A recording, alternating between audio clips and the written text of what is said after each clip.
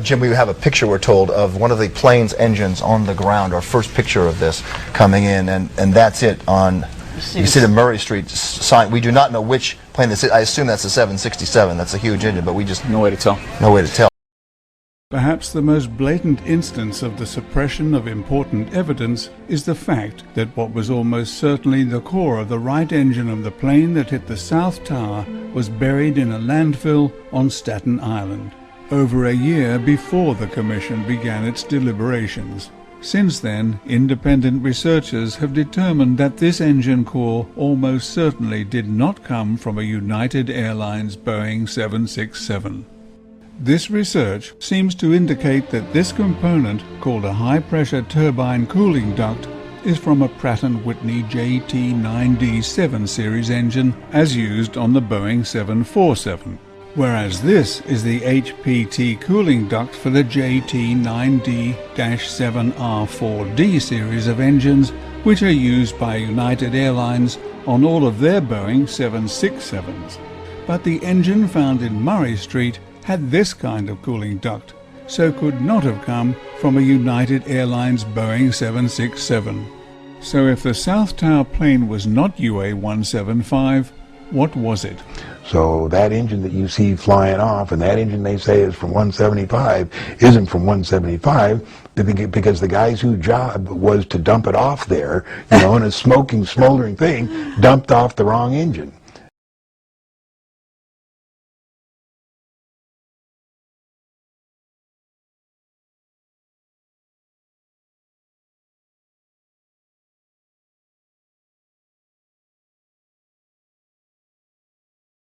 United 175 crossed American 11 within miles of each other.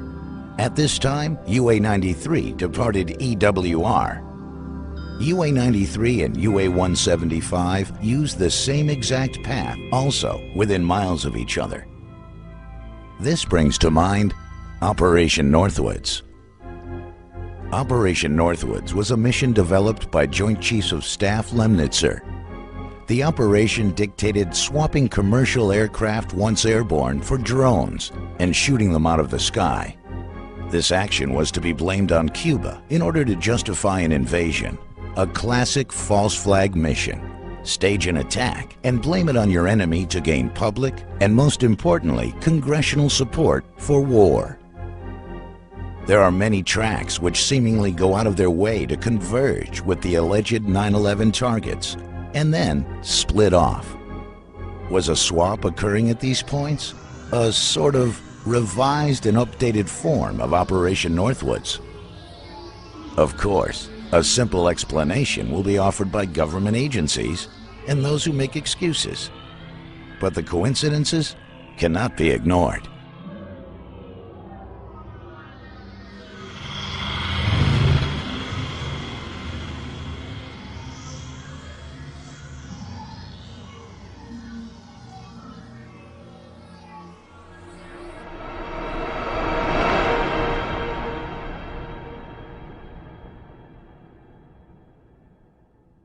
There is evidence of the original aircraft still airborne after their supposed crash. Unlike the false rumors floated through the system in an apparent attempt to intercept the interceptors, there is data which does show UA-93 still airborne after its alleged crash, as well as N612UA, the aircraft which supposedly hit the South Tower. ATC transcripts show UA-93 still airborne at a location just south of the impact crater. ACARS data, a device used for communicating with aircraft, show UA-175 still airborne in western Pennsylvania almost 20 minutes after its reported crash. This ACARS data reports the closest station transmitting to and from an aircraft. The official flight path of the alleged UA-175 shows that if the aircraft were to receive an ACARS message, it should have come from these transmitting locations. This is the map of the ACARS facility surrounding the New York City area. However, ACARS stations were reported to have transmitted from Harrisburg and Pittsburgh, PA, after the alleged impact at the South Tower. According to radar specialist and electrical engineer Dennis Cimino, this is impossible. if N612UA crashed into the World Trade Center?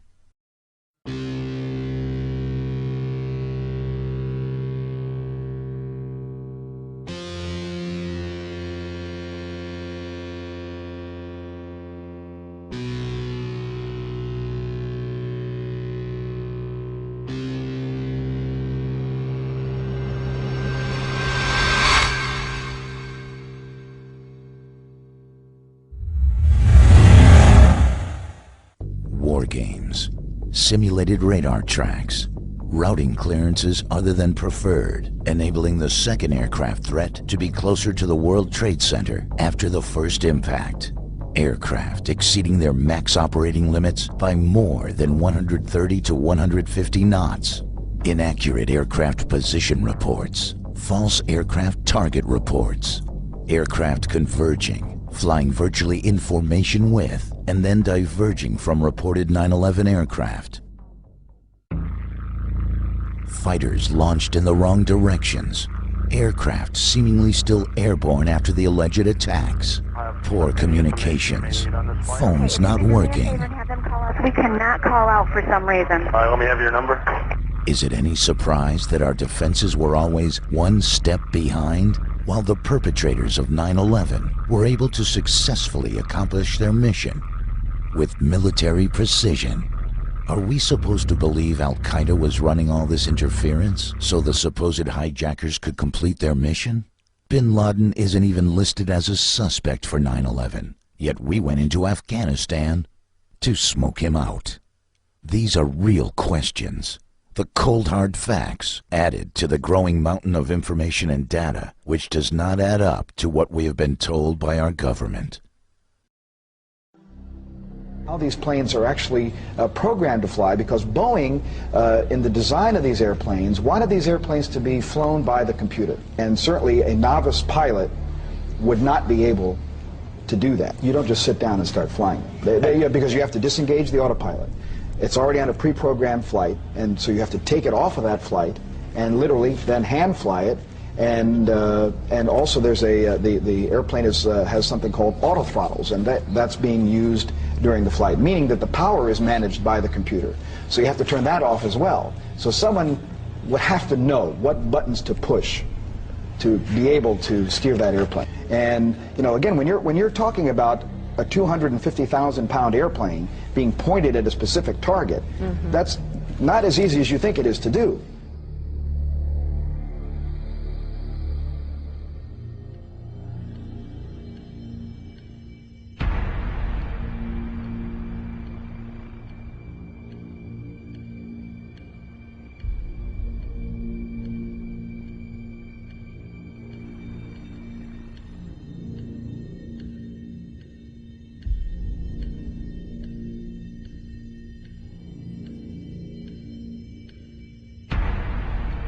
One of the scenarios in Operation Northwoods was to take a regularly scheduled commercial airliner and take a similar type plane, paint the tail numbers up to resemble that of the commercial airliner, fly it by remote control out over the Caribbean, and by remote control blow it up after sending a tape recorded message saying, "Help, we're being attacked by Cuban MiGs."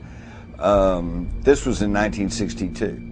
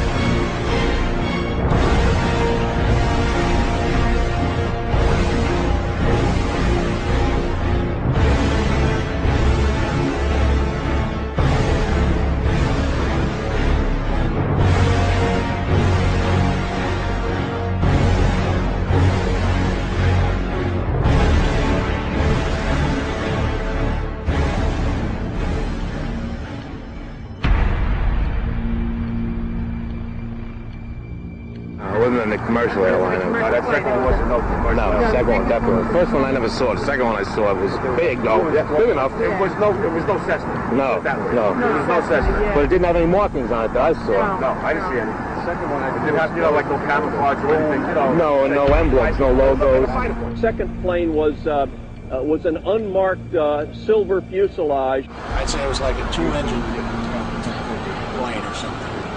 But it didn't look like an airliner to me because it was black. This one did it on purpose. Okay. A black plane. Yeah, we see it going around. He went. Yeah, we just saw it. A black plane. Yeah, we see it going around. He went. The plane wasn't no airline or anything. It was a twin-engine, big gray plane. When you saw the second one happen, what did it look like? And it was a much smaller plane, but someone said it looked like a military plane, but I'm not sure. I don't know much about airplanes. Mark, were you close enough to be able to see any markings on the airplane? It definitely did not look like a commercial plane. I didn't see any windows on the sides. No, it was a black plane. It looked like a fighter jet. It looked like a fighter jet.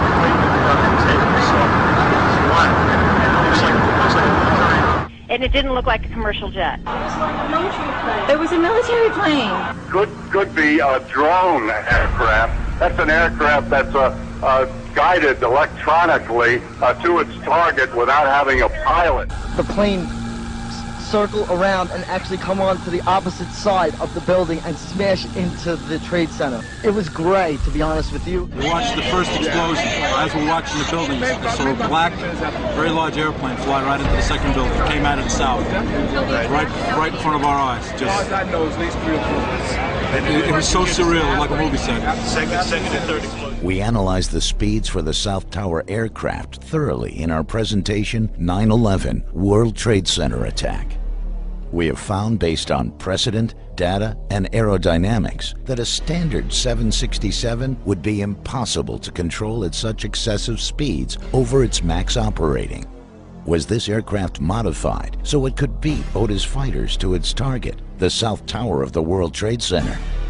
If it was, the modifications would have to be instructed by individuals who know our air defense response time. Just like there has never been a steel skyscraper to collapse from fire prior to 9/11, there has never been an aircraft positively identified to exceed its max operating speed by more than 150 knots. Its maneuvering speed by 220 knots, pulled G's, was controllable and survived before 9/11 or after. I flew the two actual aircraft which were involved in 9/11, the flight number 175 and flight 93, the 757 that allegedly went down at Shanksville, and flight 175 is the aircraft that's alleged to have hit the South Tower. I don't believe it's possible for, like I said, for a terrorist, a so-called terrorist, to train on a 172 and then jump in the cockpit of a 757, 767 glass cockpit and vertical navigate the aircraft, lateral navigate the aircraft, and fly the airplane at speeds exceeding its design limit speed by well over 100 knots, make high-speed, high-bank turns, pulling probably 5, 6, 7 Gs, and the aircraft would literally fall out of the sky. I couldn't do it, and I'm absolutely positive they couldn't do it.